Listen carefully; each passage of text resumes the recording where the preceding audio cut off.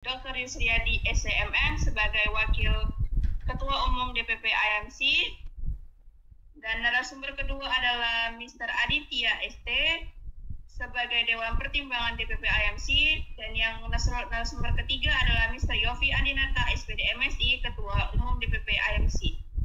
Untuk mempersingkat waktu, langsung saja kita panggilkan Dr. Yusriadi Yusriadi MM. Kami persediakan dengan segala hormat. Baik, terima kasih Hafizah. Assalamualaikum warahmatullahi wabarakatuh. Selamat sore untuk kita semua. Waalaikumsalam warahmatullahi wabarakatuh. Alhamdulillah, kita bersyukur kepada Allah pada sore hari ini.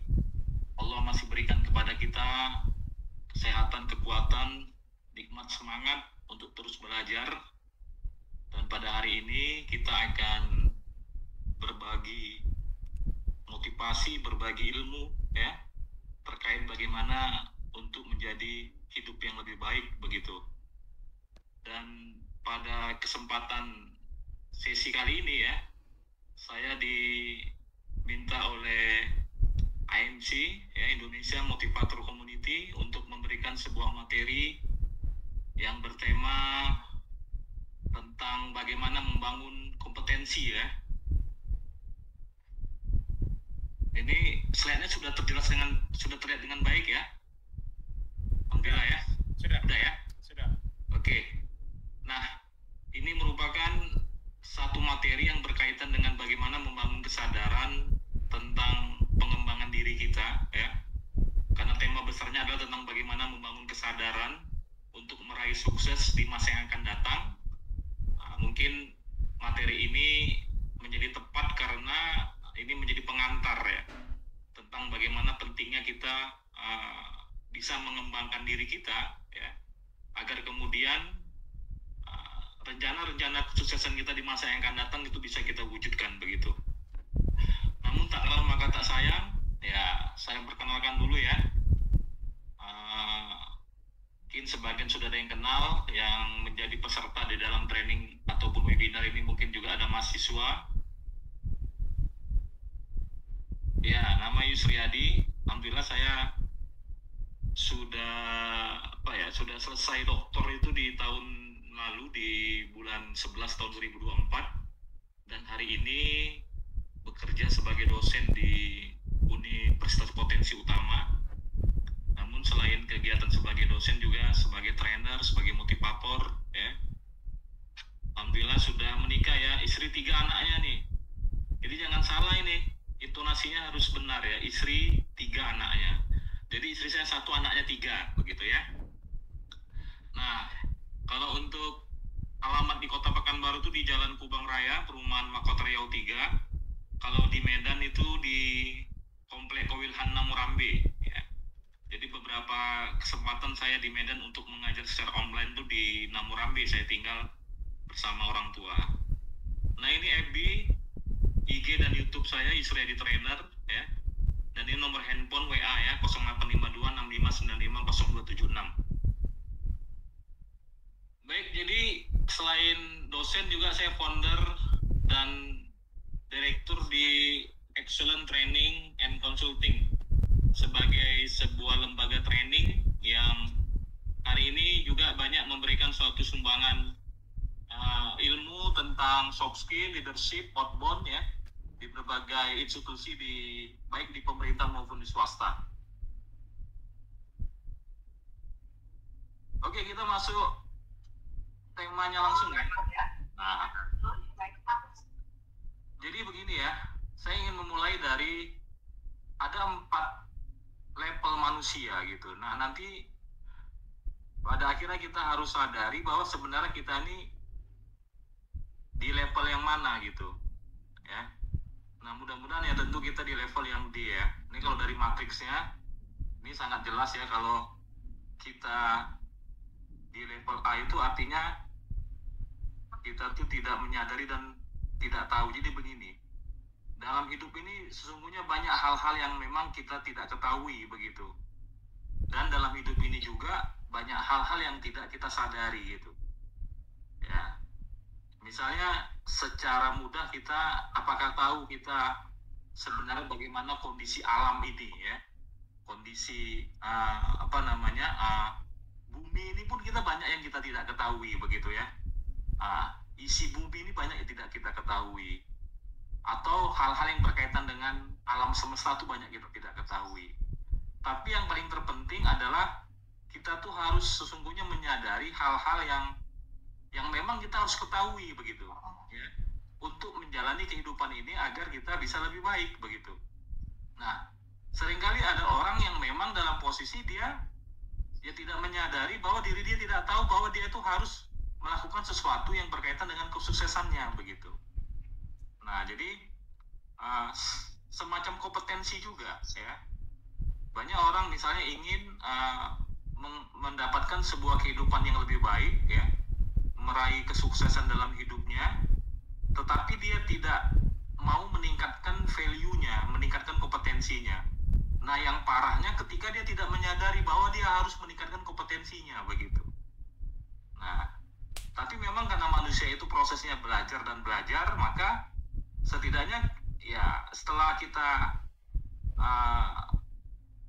menyadari bahwa kita tidak tahu begitu ya, jadi IB ini udah agak lumayan begitu, dimana kita sudah menyadari bahwa kita memang harus punya kompetensi misalnya untuk speak English gitu, atau punya kompetensi untuk memiliki suatu keilmuan tertentu gitu. Misalnya kita ingin menggeluti di bidang apa begitu. Jadi kita ini kan rata-rata mungkin sudah masuk ke dunia atau ke pendidikan tinggi, itu memang harus dengan kesadaran ya. Misalnya kita memilih fakultas ekonomi, atau memilih fakultas teknik, atau mungkin fakultas hukum, atau kita memilih pengetahuan apa yang memang kita harus geluti gitu. Nah, sudah adanya kesadaran tadi ya, bahwa kita nggak tahu, misalnya kalau kita di bidang ekonomi dan manajemen bisnis, kita nggak tahu bagaimana strategi marketing, kita nggak tahu bagaimana strategi pengembangan SDM gitu ya, kita nggak tahu bagaimana manajemen strategi. Nah, ketika kita sudah menyadari ya, tetapi kita tidak tahu, maka kita harus masuk pada level berikutnya gitu ya, belajar. Nah, dengan belajar tadi baru ada kesadaran, saya sudah tahu, tapi belum pada level yang namanya expert ataupun ahli. Baru sudah menyadari, saya sudah tahu tuh, misalnya kita melakukan sebuah aktivitas bisnis harus memahami ilmu marketing mix ya, misalnya ada produk, ada price, ada place, ada promotion.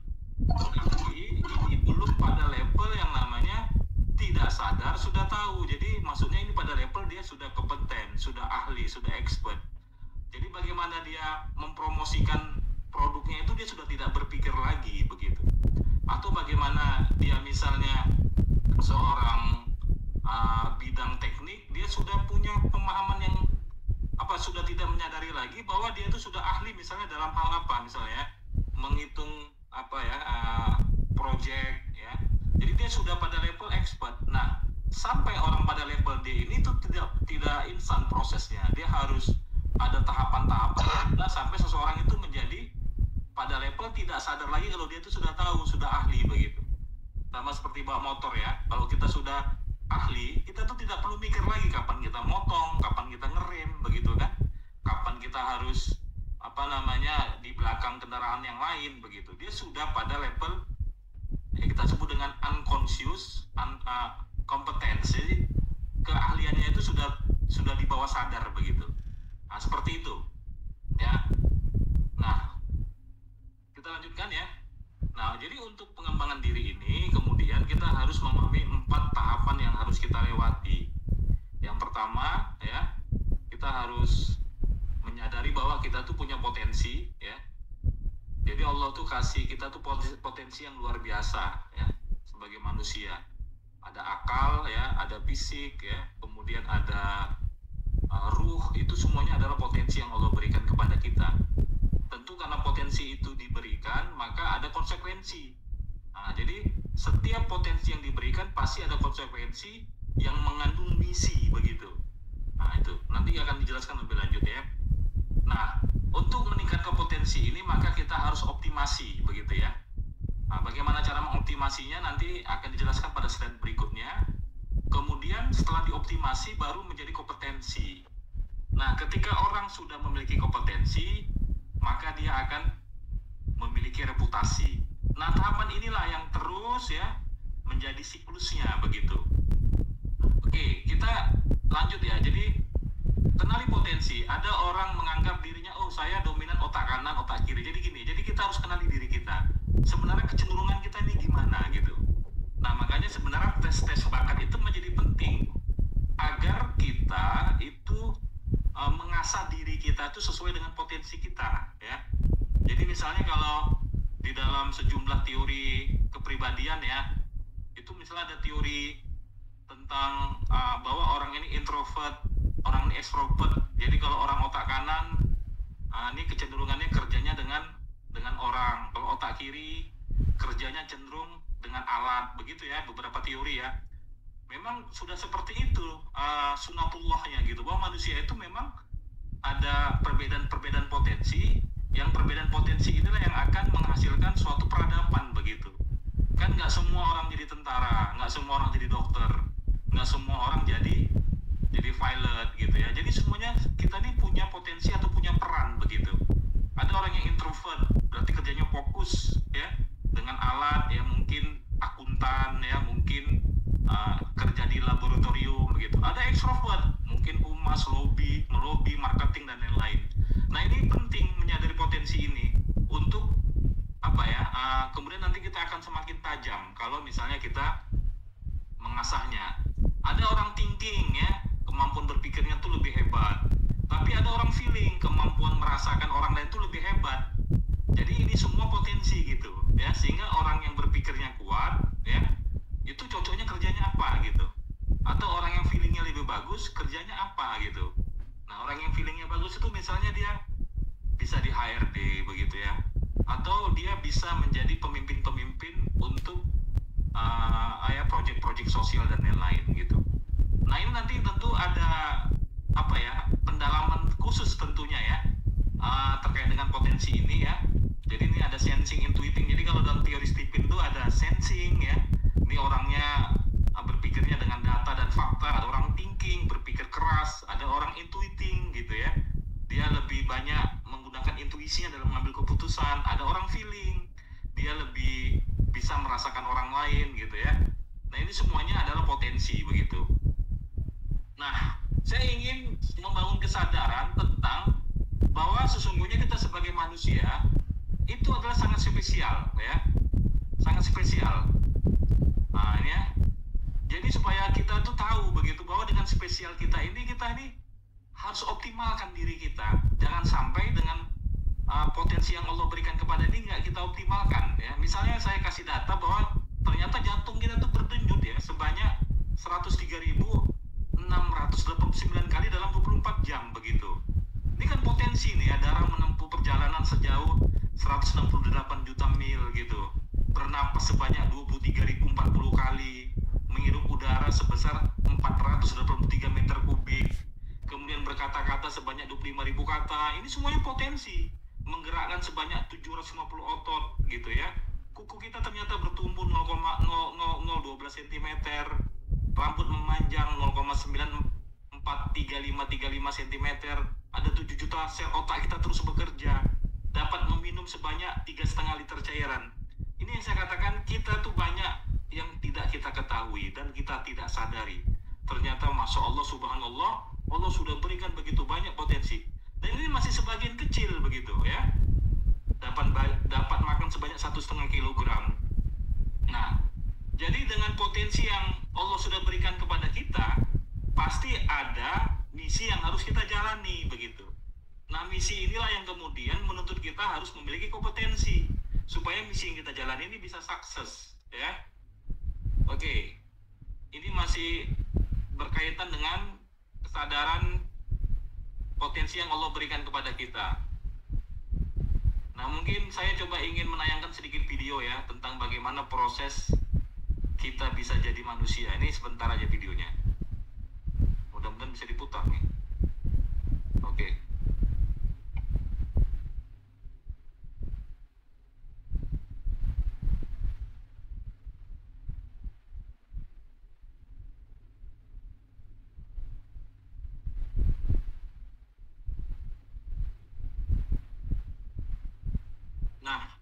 ini ada lebih kurang 300 sampai 400 juta spermatozoa berebut masuk ke indung telur ibu kita.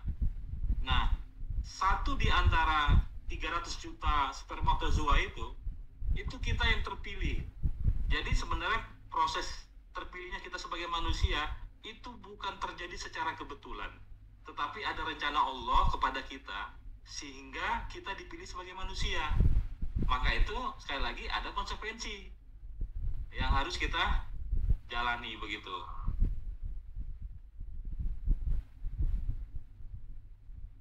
Nah, bahkan di kandungan di USG pun kadang sudah bisa dilihat nih anak ini bakatnya kemana kan. Nah, oh ternyata ini anak ini bakal menjadi pembalap mobil, Michael Schumacher rupanya dia ya. Pada saat bayi pun sebenarnya Allah sudah kasih kecenderungan nanti dia akan menjadi siapa begitu. Nah, ini yang perlu kita pahami dan kita kenali ya, supaya kita nanti jangan sampai salah mengasah diri kita mau di bagian apa yang mau kita asah. Oke, ini ada beberapa lagi sebenarnya nih ya, terkait dengan bagaimana potensi yang Allah berikan kepada kita.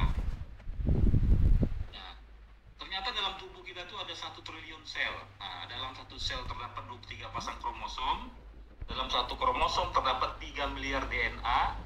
Nah, DNA manusia itu disusun oleh 4 alfabet, yaitu A, T, C, dan G. Adenin, timin, guanin, dan citosin. Jadi kalau susunan alfabet manusia itu disusun, maka panjangnya tidak kurang dari 600 kali jarak bumi dan matahari. Subhanallah. Nah, ini semua potensi yang Allah berikan kepada kita ya. Nah, saya ini membangun kesadaran dulu ya. Nah, ternyata jumlah sel otak kita ada 200 miliar ya. Otak dapat mengingat 100 miliar bit informasi. Sama dengan 500 ensiklopedia. Jadi kecepatan berpikir kita luar biasa, lebih dari 300 mil per jam. Ini kereta tercepat ini ya. Nah, rata-rata jumlah pikiran kita manusia dalam 24 jam itu ada 4.000 ya. Jadi otak kita pun luar biasa Allah berikan kepada kita. Ini hasil penelitian dari Profesor Isaac Asimov dalam bukunya The Brain ya. Nah, ini terakhir ya, sebuah potensi terkait dengan bagaimana pembuluh darah kita. Ini dikisahkan oleh Pak Dahlan Iskan ketika dia ya berobat, pembuluh darahnya itu tersumbat sepanjang 50 cm ya. Dia tulis dalam tulisannya di webnya di diswe.id. Dalam tulisannya itu dia bertanya kepada dokter ya yang namanya Benjamin Kua ya. Dia tanya berapa harga selang darah sepanjang 50 cm tersebut. Ternyata harganya adalah 500 juta. Itu per meter ya teman-teman ya. Jadi beliau menyebutkan bahwa di dalam tubuh kita ini ada 200 km panjang pembuluh darah kita. Jadi kalau dirupiahkan ternyata pembuluh darah ya yang Allah berikan kepada kita itu luar biasa, masya Allah subhanallah. Itu sama nilainya dengan 200 triliun. Nah, jadi teman-teman ya, bayangkan hanya untuk pembuluh darah saja Allah tuh sudah kasih 200 triliun begitu. Maka wajar saja di dalam Al-Qur'an Allah tuh nyindir kita ya. Di dalam surat Ar-Rahman itu berulang-ulang ayat itu Allah katakan bahwa fabi'ai ala rabbikuma tukadziban. Jadi nikmat mana lagi yang mau kamu dustakan gitu. Dengan begitu banyak Allah memberikan kita banyaknya nikmat begitu. Nah, salah satu bentuk rasa syukur kita terhadap potensi yang Allah berikan kepada kita, kita harus menyadari apa yang menjadi misi hidup kita.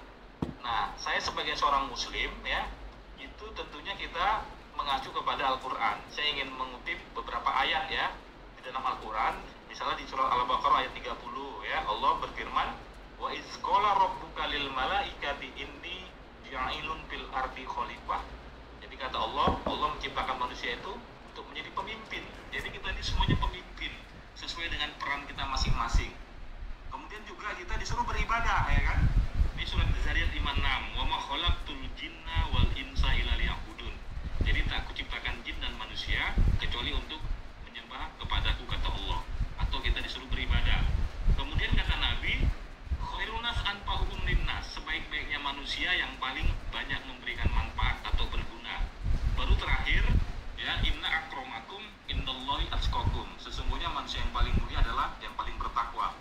Jadi selama apa yang kita jalankan ya itu bisa mengoptimalkan peran kepemimpinan kita, kemudian kita bisa menjalankan ibadah, kemudian apa yang kita lakukan itu bisa memberikan satu manfaat kepada orang lain, kemudian ini bisa membawa ketakwaan, sesungguhnya kita sudah menjalankan visi dan misi hidup yang benar sesuai dengan arahan dari Allah Subhanahu wa Ta'ala.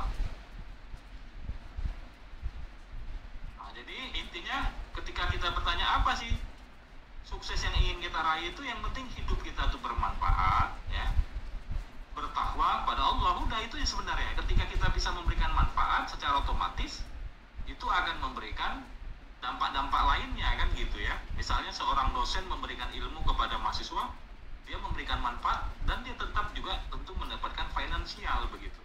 Maka kemanfaatan ini menjadi hal yang penting kita miliki, ya, tapi dalam rangka untuk bertakwa gitu. Jadi apa yang kita kerjakan itu menjadi ibadah.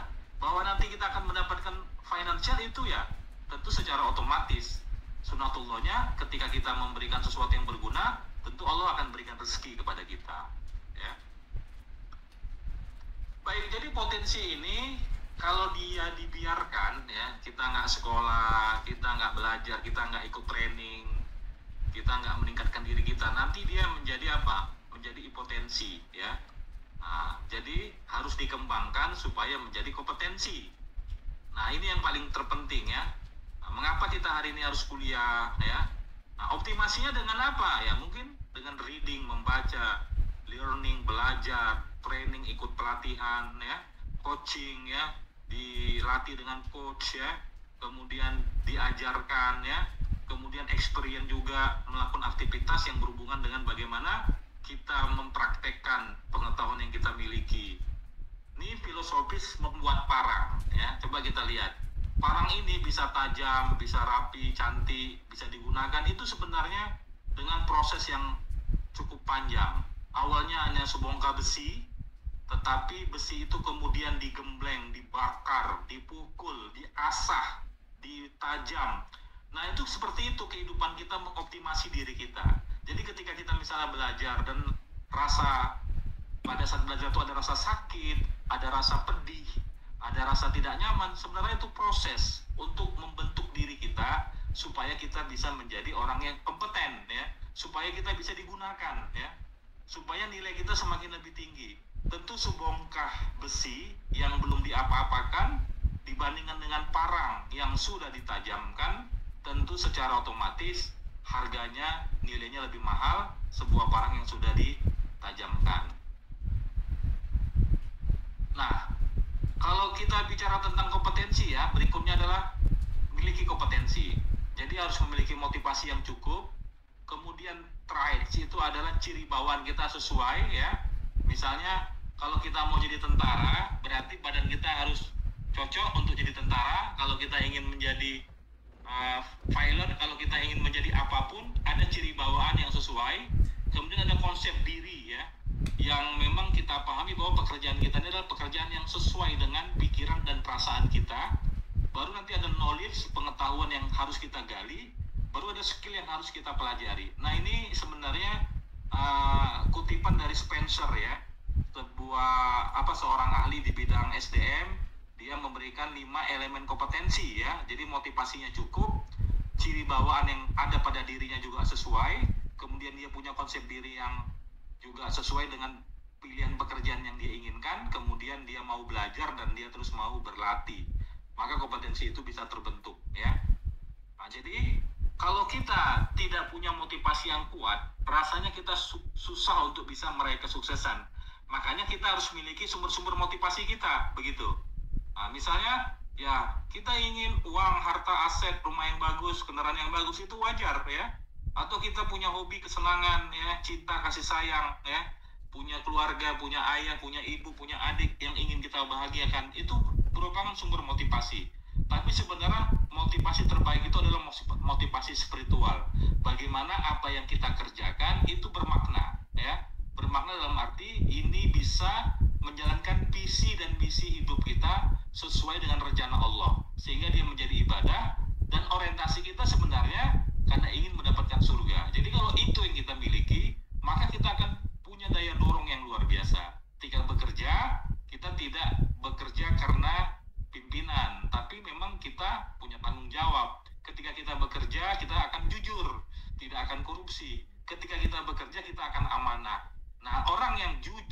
bagaimana, tanggung jawab, itu akan berdampak terhadap peningkatan kompetensi dia. Makanya motivasi terbaik itu adalah motivasi spiritual.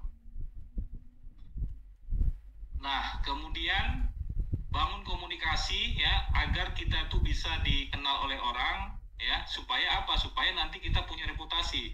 Jadi tunjukkan etos kita, tunjukkan apa kita ya.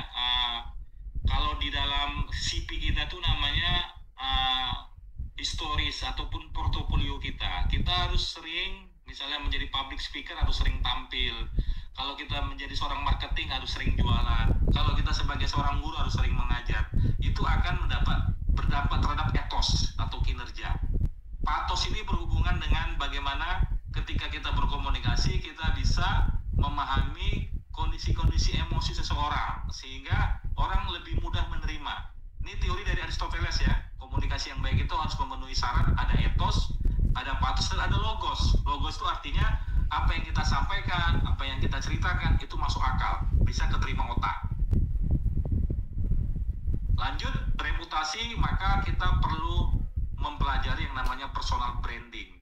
Barangkali nanti personal branding bisa digali dan dioptimalkan materinya dari Sir Aditya ya, sebagai orang yang ahli di bidang branding. Tapi ini penting, karena kalau misalnya kita tidak tingkatkan personal branding kita ini mau dikenal sebagai siapa. Ketika misalnya orang menyebut Yopi Adinata, orang tahu, oh ini motivator, oh ini trainer, oh ini public speaker. Jadi ketika kita membutuhkan jasa beliau, ya orang sudah tahu reputasi dia karena sudah ada etosnya begitu. Nah, juga beliau juga yang saya kenal sering men-share ya, itu membangun patos, jadi kedekatan emosi tentang bagaimana komunikasi di dalam ya kita sebut dengan mempromosikan juga bisa. Tapi itu penting, memang kita harus pahami ya, setiap kita harus punya personal branding. Oke, ini terakhir ya, kalau kita lihat bagaimana profil Ronaldo, tentu dia potensinya, kondisi fisiknya sangat prima, dia sangat ideal badannya, di usia 40 lebih pun dia masih sanggup ya, kebugarannya luar biasa.